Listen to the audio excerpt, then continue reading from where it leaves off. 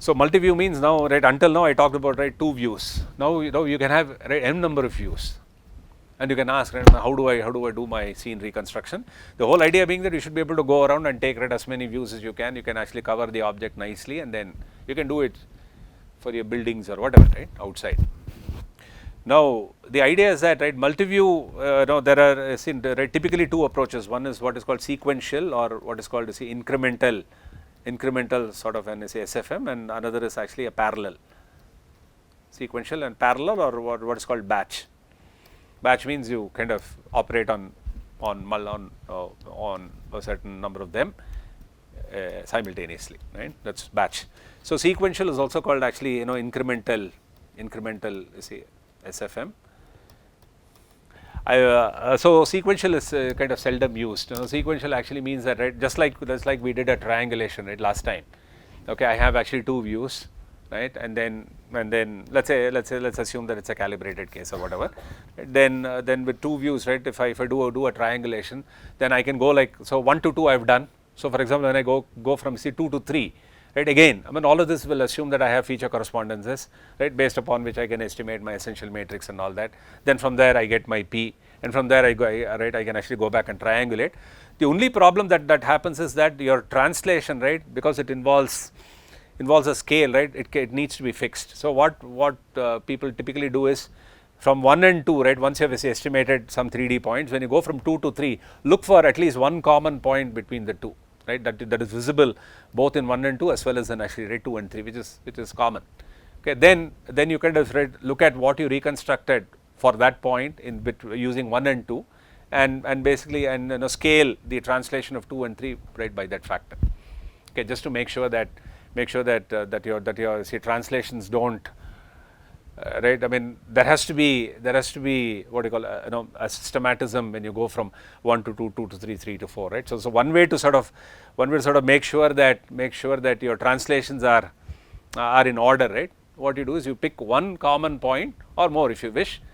You can average, right, if you want more, at least one, right, which is common in both the views. Use the already computed 3D coordinate of that to know as to by what factor the translation ought to be scaled. Okay, that's typically how the incremental SFM works. So you will add one view at a time, but then, right, that doesn't seem to make too much sense because it's there. I mean, it's not like, right, it cannot be done. But then if you do that, right, better than that is to actually look at what's called batch processing. So batch processing will mean that I've got a lot of views. Okay, I can't use all of them simultaneously because it is possible that there are certain points which you can't even see in the other views, right. You would have gone too far away. So what you can see, let's say in the first 10 frames, right, maybe in the 11th frame, you don't even see anything common between 1 and 11, right. So what is done is you do what is called a batch processing. So you take a bunch of images where at least, right, you can assume that right, all points are basically seen by in all the frames. That's an assumption, right, that they make.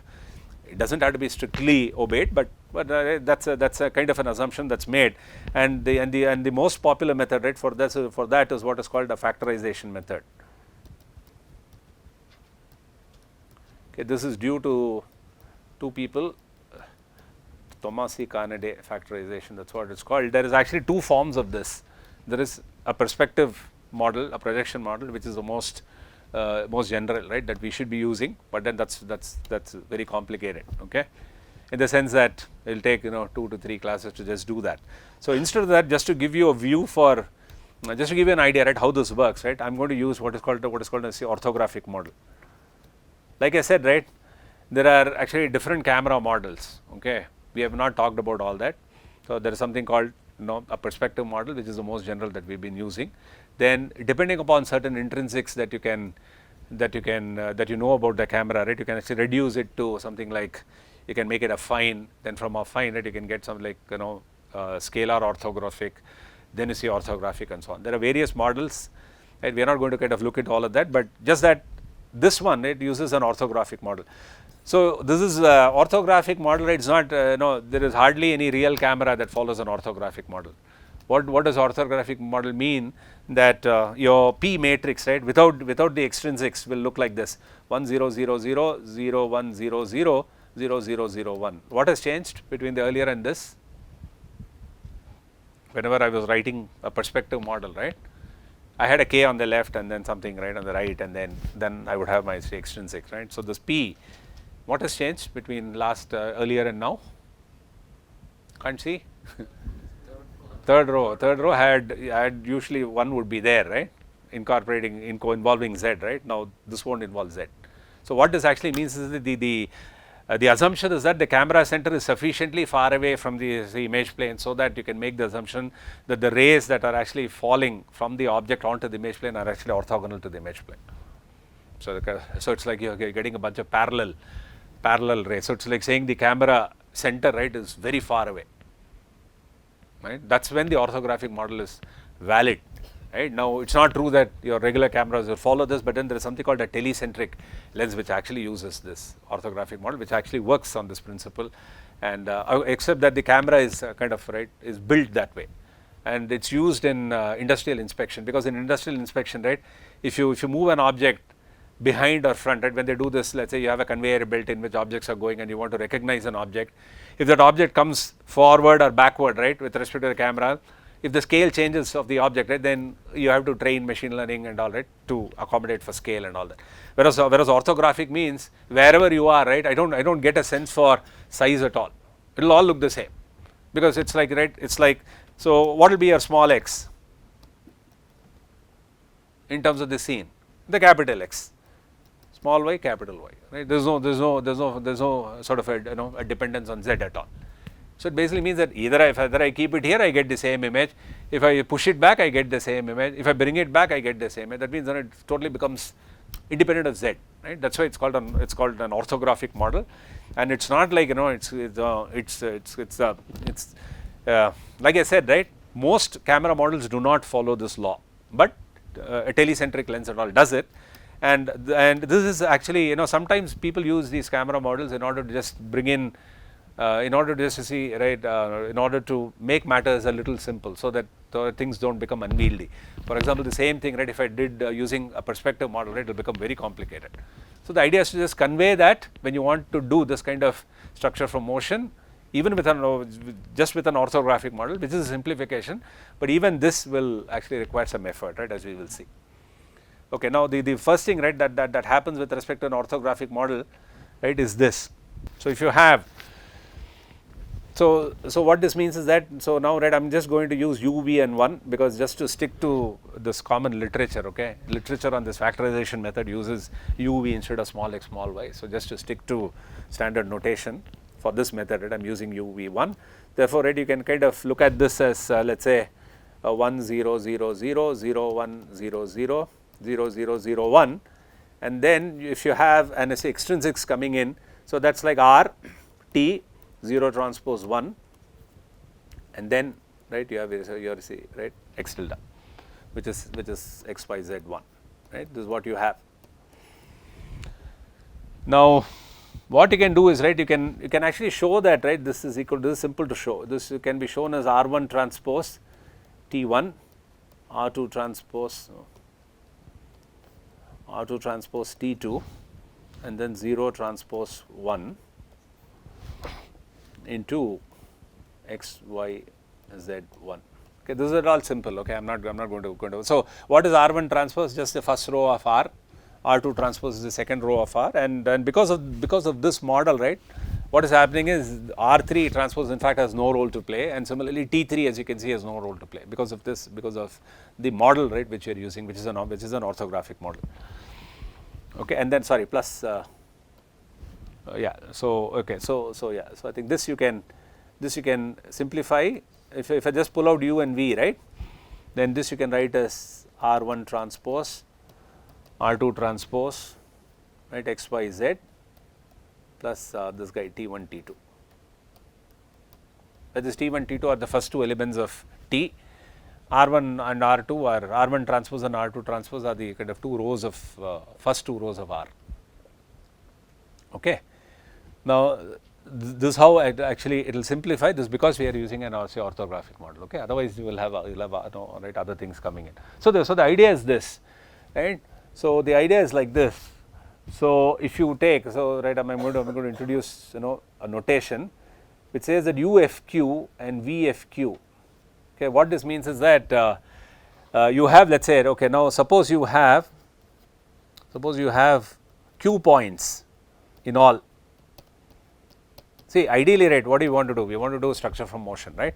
So ideally you have, let's say, q points, and there are, let's say f frames, f number of frames, right? That means you have like 1 to f frames, and the point correspondences are available for actually q points. Okay, that means all q points are seen by all the images in all the views. That's why it's called batch, right? So this is like batch processing, right? So if you've taken, so you have taken a batch of f frames, the assumption, right, being made is that batch of f frames. So the assumption that is being made is that all these point correspondences which you're talking about, the q points, they are all available. They can all be seen in all of them, right? I kind of leave it to you to think about. Well, if I can see it in just 2 of them, right? Why should it then involve, right, f number of them? What would be your answer? I mean, you can ask, no, if I can see it in everything, then even in 2 I can see. Well, the idea is that it's going to be more robust, right? Because right, it needs to satisfy in every one of those frames, right? You have to say that, right, it's not enough if I can see it only in these 2 views. It should be still, right, I should be able to see it in the 3rd one, I should be able to, right, see it in the 4th one, and so on, right? And the whole idea is that is right, like I said the last time, the kind of robustness that it can actually bring in with m number of views, and also right, when this is only one batch, right, and then of course, right, you can move on to the next batch, then you can move on to the next batch, and then the idea is that this x, y, z that you want to reconstruct, right, you want to be able to, right, reconstruct that way.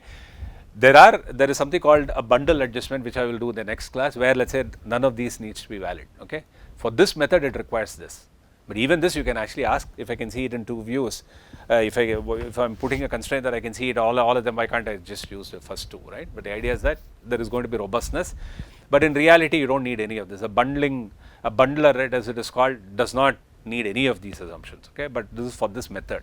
Okay, so batch of f frames, and what this means is that, right, so you have, so I'm going to just introduce a notation, right? This is just going by that paper. Okay, so this is like JF transpose. So don't think that IJ or something crazy. So IF transpose is just the first row of R for that view. Okay, this is for the fth view. Right, f is a frame number, right? So the small f is representing the frame number. Therefore, IF and JF and all, they represent RF, the first row of RF, the second row of RF, and so on. And then X, Y, Z, and then here, right, I'm going to write this as, what do I write? TF1 and TF2. Okay, this again TF, right? So this is a translation with respect to the fth view. Now, if you stack all the points, right, this is just for, let's say, 1 point correspondence. This is just for not even a point correspondence. This is 1 point, right, that I have. Now, I actually have q number of such points, right? That's what I assume. I have q number of points. So then, what I can do is I can write this as UFQ. Sorry, not UFQ. I can write this as, let's say, UF1, VF1, UF2, VF2, whatever, right? I write all the way up to UFQ, VFQ. This is still, I am still within a frame, right? I am still within the fth frame. Then, what will be here? This is still IF transpose. See, this size is what? This is 2 cross Q, right? And this is IF transpose, JF transpose. This is 2 cross 3. That will be 3 cross Q. That will be yes. So this will be like x1, y1, z1, x2, y2, z2. Sorry, z2, and then all the way up to xq, yq, zq, right? Because each of these coordinates is coming from a different scene point, right? UF1 is coming from x1, y1, UF1, v1, vf1 is coming from x1, y1, z1, UF2, vf2 is coming from x2, y2, z2, and so on, right? So this will be like what, 3 cross q. Right, so you're say, right, as far as the dimensions are all okay, right?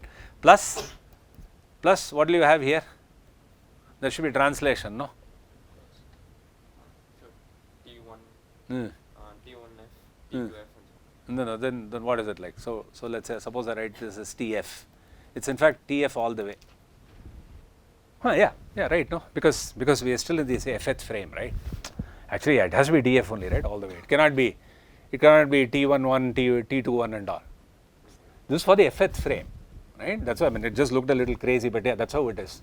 It's just TF all the way, because everything is just TF1, TF2, TF1, TF2, TF1, TF2, right? For every point the translation is the same, no? The camera pose is the same. IF, JF did not change, right? They remained the same. Therefore, yeah, right? This is correct. Okay, this will be like 2 cross Q. 2 cross Q. So this is like TF repeated Q times. Okay, yeah, it's correct. There isn't anything wrong. Now what you can do? Now if you bring in this for one frame, right? This for Q points in one frame. Okay, that we were able to write this. Now suppose I want to write Q points for all the frames, right? That means across all the views. So if I stack them, then what you will get is this, right? If I stack all of them, hey, there's always something that so then actually we write it in a particular form, right? Now I'm going to write it precisely like that. So U11, right, U12 all the way up to U1Q, and then what we do is we actually write it as U21. I mean, so it's like U11 and U12 will come after. I mean, usually we'll just see the form, okay? Just that it's not exactly written in that form. You just kind of swap a little bit, and then you have like UF1. So that means the first coordinate, right? You write for all the F frames first, then you write the second coordinates, okay? So UF2 and then UFQ, and similarly, right, you have like V11. So you'll have like so ideally, right, you had like U11, V11, U12, V12, right? They were put next to each other, right? Instead of that, we are just rearranging them so that we can write this as V12, V1Q, and all the way up to whatever VF1, VF2, VFQ, right? Now this, right? Now if you stack all this up, right, then what you can do is, okay, no, you don't need this big, right? So what you can do is you can write this as, I just leave it to you to kind of check this, okay? This should be very straightforward to check. I2 transpose, IF transpose, then J1 transpose, J2 transpose, all the way up to JF transpose. Okay, now you've got rotations across the views now, right? You got all of them coming in. I1, J1, I2, J2, all of them have to come in now. Into this guy is X1, Y1, Z1, right? This will remain the same. Yeah, XQ, YQ, ZQ, and then plus here, right, the way we write it is, this will be like T11 all the way up to T11, then you will have like T21 all the way up to T21, then then this will be like TF1, and then again this is second coordinate, okay? So it will be like T12 to T12, then all the way up to TF2 to actually TF2. It is not square, okay? This is just TF2. Now if you see this size, right, what is the size of this guy? 2F, 2F, right? 2F cross Q. And what is the size of this? 2F cross 3, correct. 2F cross 3, and this guy is 3 cross Q, right? And this guy is 2F cross Q. Okay, so just see if the dimensions and all match. Yeah, 2F cross Q, right? Now if you see this, right, this is interesting. Think of this. What is this? This is your image data, right? This is all your feature correspondences across m number of whatever f number of views, right? You have all the so this is your image measurement. What is this? This involves Rotation the camera rotation for all F frames. for all the frames. What is this? This is your scene.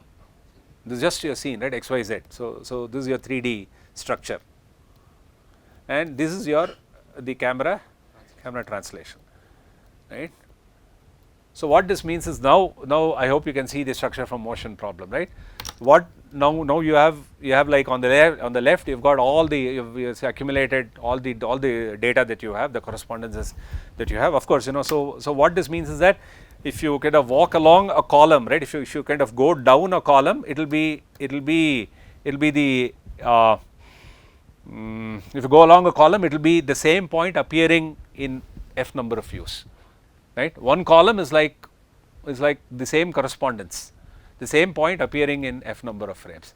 When you go to the second column, it's like the second point, then across f number of frames, right? That's how you'll interpret a column of this measurement matrix, right? Column is like fix a point, go across to see where all you can find a correspondence, then go to the next one, that's the next feature point, go across the correspondence, right. So, now the idea is that given this we need to be able to solve this, right, and the idea is that, right, if you can somehow split it in the form that you can solve it and then you get your structure and then you get your motion, that is what is basically, right, that is what is say SFM, structure from motion. We have run out of time, right. So, I'll take that next class on Friday.